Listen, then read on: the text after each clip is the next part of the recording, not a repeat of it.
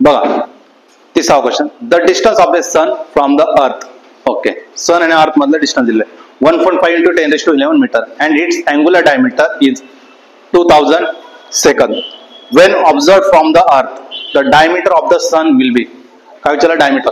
आपल्याला माहिती नाहीये, हे अर्थ आहे, हे तुमचं काय सन आहे.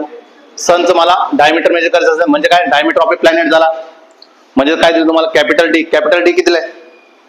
कॅपिटल डी किती आहे? 1.5 into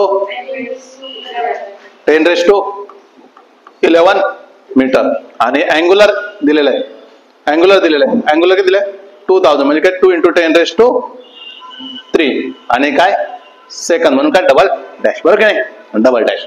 आणि विचारलं का तुम्हाला सन ऑफ द डायमीटर म्हणजे काय विचारलं तुम्हाला? Small D. आणि आपल्याला माहिती आहे ना थीटा इज काय, आर्क अपॉन रेडियस. विचारलं का तुम्हाला? स्मॉल डी ना, स्मॉल डी इज इक्वल काय, थीटा इंटू कॅपिटल डी. बरोबर की नाही? चला पटकन.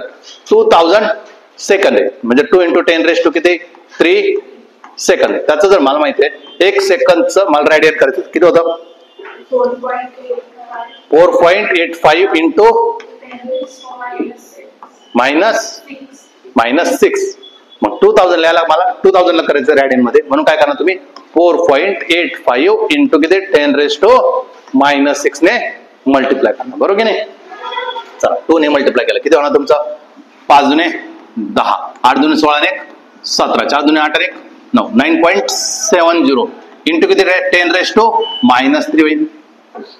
हे सेकंद आहे, डबल डॅशचा अर्थ काय सेकंद आहे. हा 3 आणि -6 किती झाला? -3. म्हणजेच रॅडियन मध्ये किती आला तुमचा आन्सर?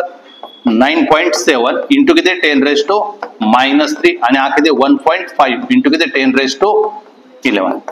चला 9.7 इंटू किती 1.5 किती आलं? 14.55. 14.55 गुणिले किती 10⁻8. 8 आणि 3 11. युनिट कशामध्ये येईल? मीटर मध्ये. ऑप्शन आता 8 मध्ये नाही दिले, त्यांनी कशामध्ये दिले? 9 मध्ये दिले. म्हणजे पॉवर काय केली आपण? मोठी केली. व्हॅल्यू कोण जाईल? छोटी. 1.455 इंटू 10⁻9 मीटर. Option number 3. समजला?